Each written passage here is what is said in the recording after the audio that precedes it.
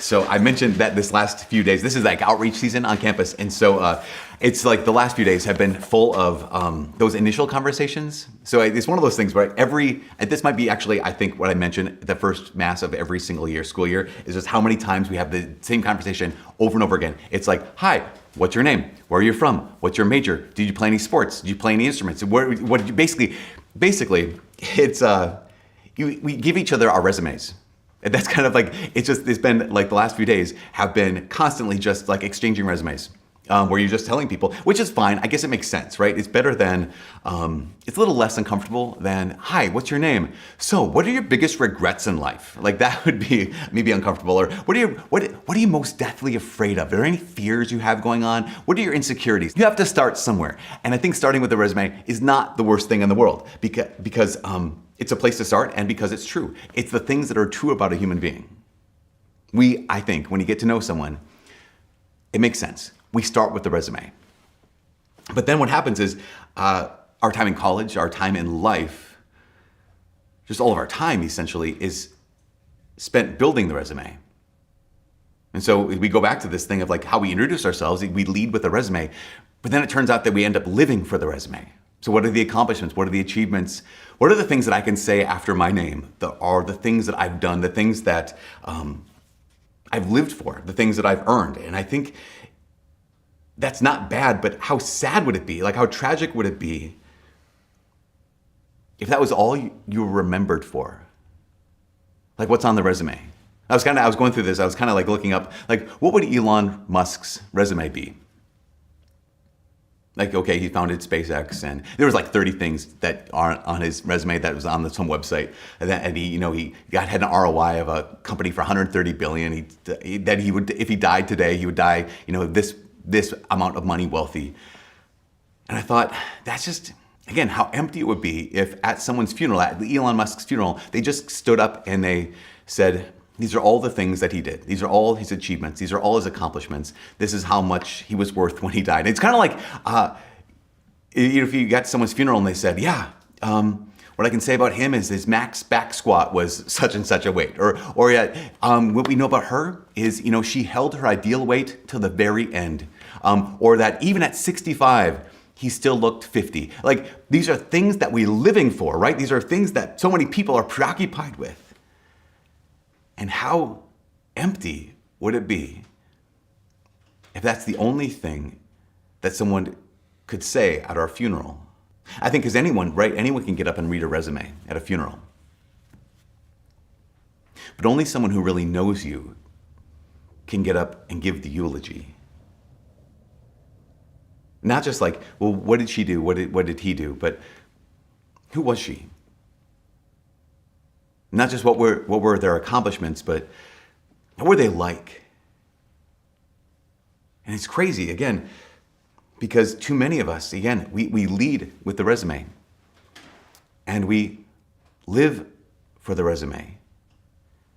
But we're left with the eulogy. That's all we have in the end, right? And there's a man named David Brooks. He wrote a book called The Road to Character, and he talks about this. He talks about how so many of us, we live for what they call resume virtues. He calls resume virtues. The things that we put on a resume.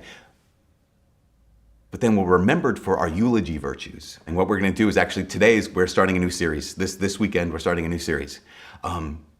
Because we want to begin with the end in mind, right? Because too many of us, we lead with the resume virtues and we live for the resume virtues, but we're left with the eulogy virtues. And so if we begin with the end in mind, that idea of like, okay, I'm starting the semester, maybe I'm starting my whole career in college, maybe wherever you're at in life right now, okay, I'm taking this next step. And this next step is towards where? Like, what's it aiming for? Because most of us, again, are living for the resume virtues, but we're left with the eulogy virtues.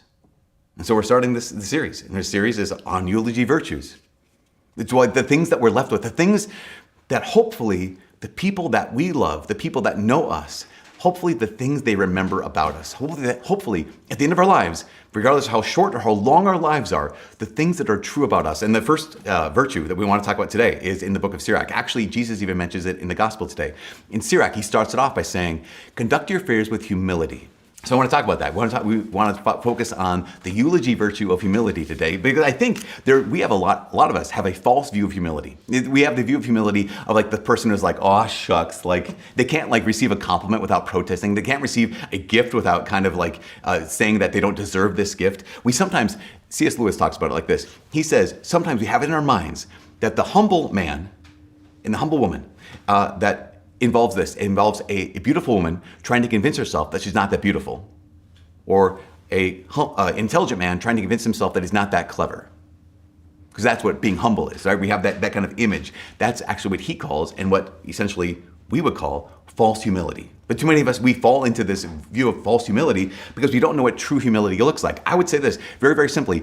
Humility is nothing more than honesty. Humility is nothing more than being willing to acknowledge the truth. So being willing to acknowledge the truth about ourselves.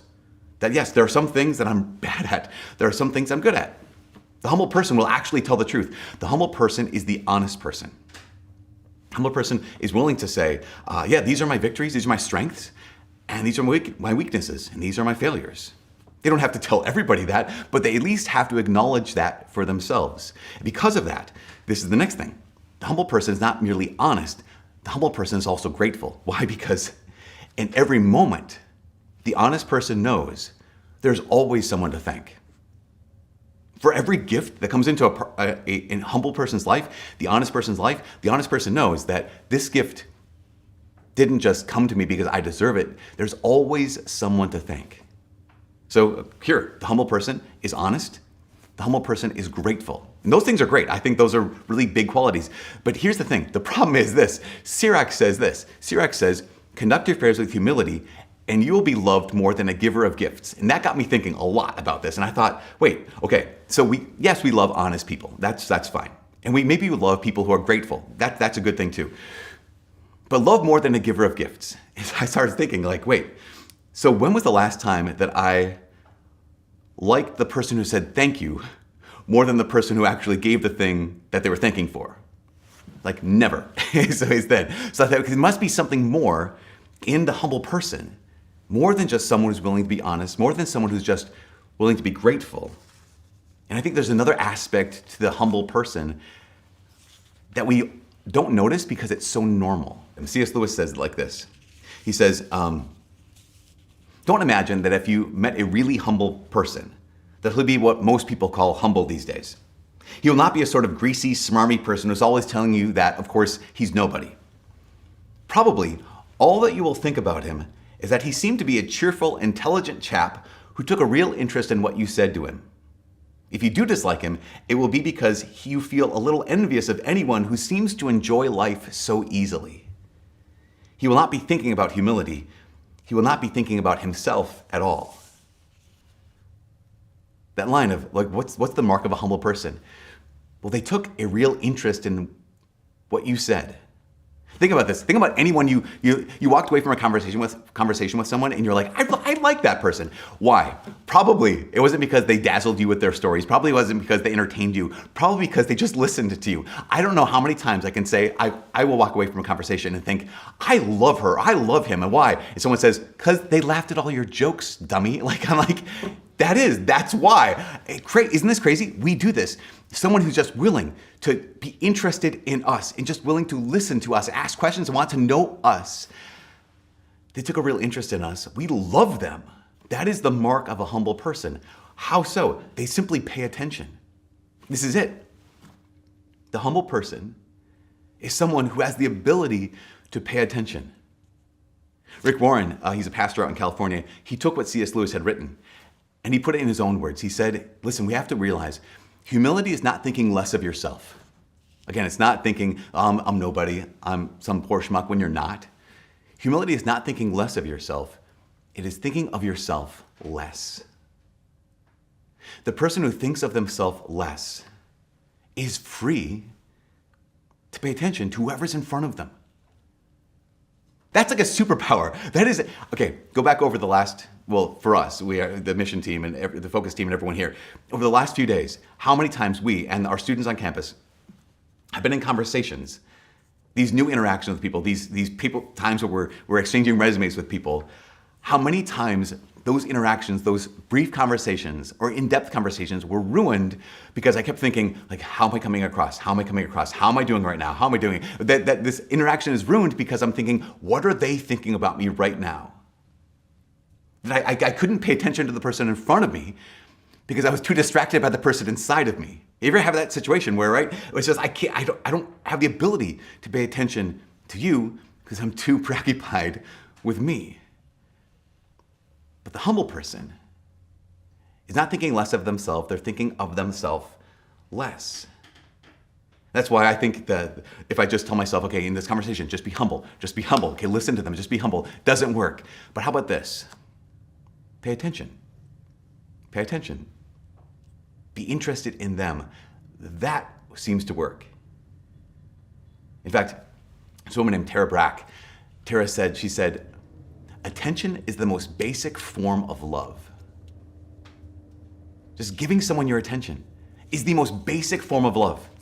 There's no simpler form, there's no clearer form of actually caring for someone than simply giving their attention. Years ago, I was talking with this couple, and they were recounting one of their first big fights that they ever had as a couple. What happened was, she came over to his house, and he's a computer guy, so he was playing video games.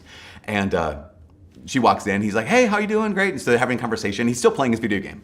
And she didn't mind that. And he said, how was your day? She starts telling him about her day. And he's like, he's interacting, like he's playing the video game, but he's listening. And at one point, she's talking, and he gets up from the video game, and he goes into the kitchen to get something to eat. And he goes into the kitchen, and she stops talking. And he realizes, he was a pretty smart guy. He realizes very quickly when she stopped talking, when he went to the other room, that something was wrong. And so he said, what's wrong? And she didn't respond. And so he sheepishly walked out of the kitchen back into the living room and, what's wrong? And she said, I was talking and you just walked away. And he was like, yeah, but I was still listening to you. And that began the first big fight of their relationship. They recounted to me, but there was a great conclusion that came out of this fight, a great resolution that came out of this fight. And it was this. It was whenever we see each other, after we haven't seen each other for a long time, we've committed to each other that we're going to have at least 15 minutes of what they called eyeball time. Where whatever you're doing, when you get a chance, put it down, and we're gonna have just 15 minutes of eyeball time, just simply paying attention to each other. I came across a post, I don't know how long ago it was, someone had said, on my 5th year wedding anniversary, I've discovered that 80% of marriage is simply shouting, what, from the other room. Because that's this recognition that even people who love each other so much, we don't often pay attention to each other. But Sirach would say, conduct affairs with humility, and you'll be loved more than a giver of gifts. Why? Because when someone does that, when someone pays attention, we remember them. That's why humility is a eulogy virtue, because it's what's remembered. I think in the course of my life, I've met at least 2 people who are likely to become canonized saints. I've met a lot of holy people, but I think these 2 people are likely to become canonized saints. One of them is a man named Father Thomas Dubé. Father Thomas Dubé was a priest. He was a teacher and an author. He used to travel the world giving retreats and seminars and just teaching all over the place. At one point, when I was 1 year ordained a priest, I was up in Hibbing, Minnesota. Father Dubé came to our parish, and I had read all of his books. You know, he's an old man by that point, and he was preaching all day on a Saturday. And he asked me if I could drive him over to the rectory during lunch because he just wanted to rest his voice, an old guy. And I said, sure, no problem. So I drove him to the rectory. And while he was eating, I went up to my room, and I had a Nordic track, a Nordic little cross-country ski machine. So I get on this for like half an hour, and I come down, and he was like, what was that? And I was like, because I thought he was this is the holy guy, right? This is the really impressive, big-time author, teacher, speaker, whatever.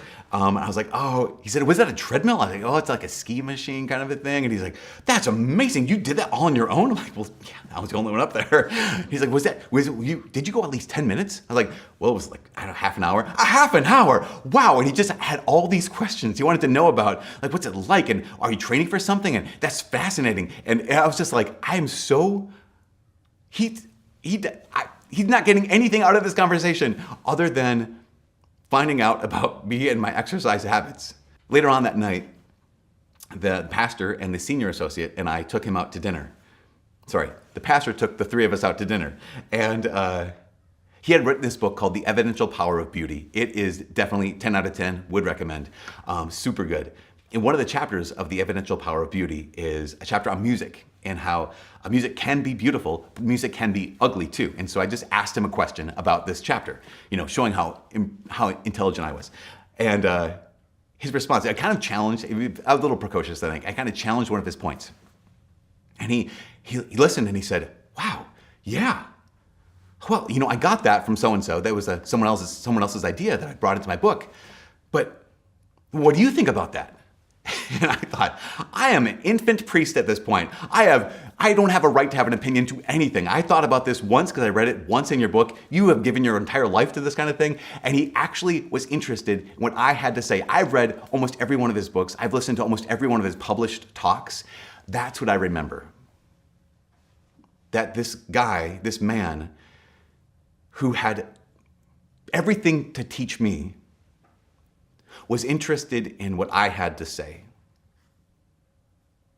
That's why this paying attention, that's why humility is a resume virtue. Of course, you could say, well, that's a tactic. He didn't want to argue with you. He got out of the argument. Or even just, think about this. If humility, people are humble, are loved more than givers of gifts, well, maybe then just be humble and you'd be charming. If you're humble, then you get your way. If you're humble, you can manipulate people. And maybe that's why you should be humble. Maybe that's why you should pay attention to people. You can make friends and influence people, and that's how you can live. Jesus cuts through that. In the gospel, in the parable, Jesus says some kind of confusing words. In the parable, Jesus says, when you throw a dinner, when you host a party, when you host an event, don't invite your relatives and friends. Keep in mind, when Jesus has a parable, it's not a general rule. He's making a specific point. So if you ever get the point where you have Thanksgiving dinner, you get to invite your family. What Jesus is saying is, when you invite someone, invite people who can't pay you back. Like when you do things for others, make sure you do them for people who can't pay you back. When you pay attention to people who can't pay you back. It's the reason why we call it paying attention. It's because it costs something. It costs us something to pay attention. And I think that when Jesus is telling us you have to be humble, you have to pay attention to people, one of the things that he's saying is you have to pay attention to people who other people say don't matter. Just pay attention to the people who are right in front of you. Because they're worth your attention. So this is the last thing. As we continue this series on eulogy virtues this week, my invitation is grow in the eulogy virtue of humility. So simply. Humility is not thinking less of yourself, it's thinking of yourself less. It's having the freedom inside to not be distracted or preoccupied by me so that I can pay attention to the person in front of me. So I would say this, do this by simply paying attention. To whom? Well, to the person who won't pay you back. Pay attention to the person who can't pay you back. I think start by paying attention to the person who's simply in front of you. When we meet new people, we lead with the resume virtues, and too many of us live for the resume virtues. But at the end of our lives, we're left with what really matters. At the end of our lives, we're left with the eulogy virtues.